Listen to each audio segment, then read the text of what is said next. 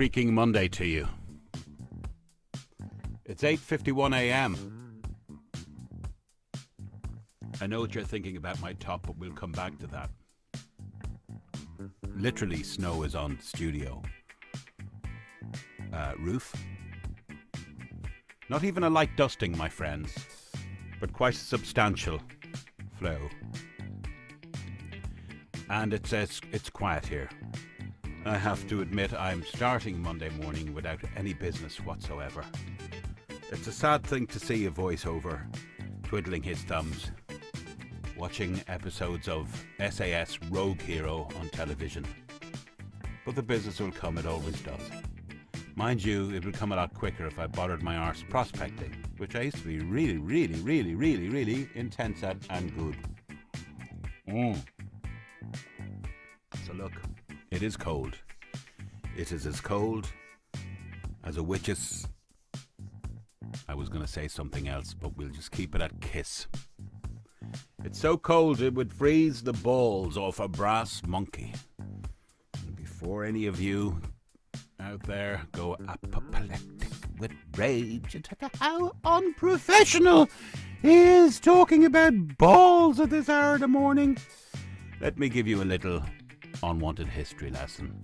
During the Napoleonic Wars, the ships, the armadas, all that kind of stuff, the fleets would be out to sea, my friends, and they would be packing big cannons on either side of the ship. There was a famous cannon called Humpty Dumpty, but that's for another history lesson. That was a land-based cannon. No, I'm talking about the galleys, yes.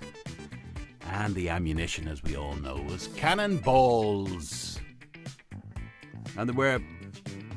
Excuse me. It is so sniffly weather. Beside each cannon there was a kind of a triangular stand on which usually 3 balls were placed. 3 or 4 balls. 3 at the bottom maybe and 1 at the top, you see.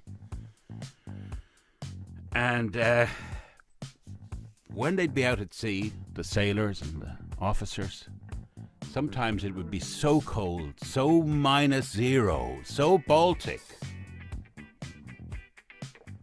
that it would quite literally freeze the balls off the brass monkey. It would expand and contract and all that kind of stuff, and the balls would fall off it. So put your righteousness back in your fricking pinstriped stuffed shirt or blouse. Do you say that these days? You make the distinction between a man and a woman these days without getting into trouble? Can you not just say, she's got a blouse, he's got a shirt? Probably not. Anyway, you can actually. You can say what you fucking want as long as there's a democracy. Or even the semblance of one. Now, before I go into grumpy old man mode, let me explain this item of apparel with what I'm wearing. You see, I don't know, maybe it's not to your taste. It certainly wasn't to mine when my late beloved mother presented it to me after a shopping trip somewhere in London, I think it was. Oh, way back in the 1980s. "Here, Mark," she said, "I got you something." And I looked at it and smiled beatifically and at the same time cringed. And me and this top rarely met each other in terms of me wearing it out and about. And so it kind of came with me on my journeys through bachelorhood and married life, and languished usually somewhere deep in the recesses of a drawer or a wardrobe. But it actually ended up in this studio, deep down in the bowels of a kind of makeshift wardrobe I have. Self-assembly. And one day I was cleaning out my drawers. Ooh, there's a double entendre. And I spotted it, and it spotted me, and it tried to escape into the dark recess, but I grabbed it and I went, "Hey, execution time, really. We're done. So, umbro, or I don't know if the camera's picking this up backwards, or moo, it was time for me just to basically put it in the charity bag, and perhaps it would do some unfortunate. And as I made my way out of aforementioned studio, my beloved then teenage daughter spotted me and said, "What's that, Dad?"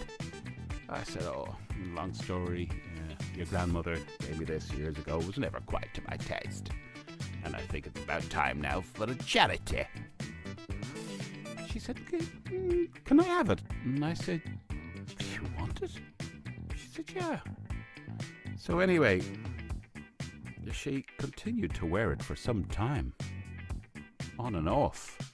She was nearly welded to it. What the fuck was that going? Was that like an orb going by me there? Piece of dust. Hey, look, time's getting on, isn't it? There's 6 minutes into this shite. Okay, I'm going to speed up now. So, anyhow, woohoo, as my American cousins would say. Over time, I've began to pilfer it back because it's quite fleecy and warm, and on a day like today, when the balls will be frozen off the brass monkey, let me tell you, I dwell upon the wisdom of my beloved Irish mother. And I think, hey Mum, we had good times. Thanks for the jumper, top, whatever.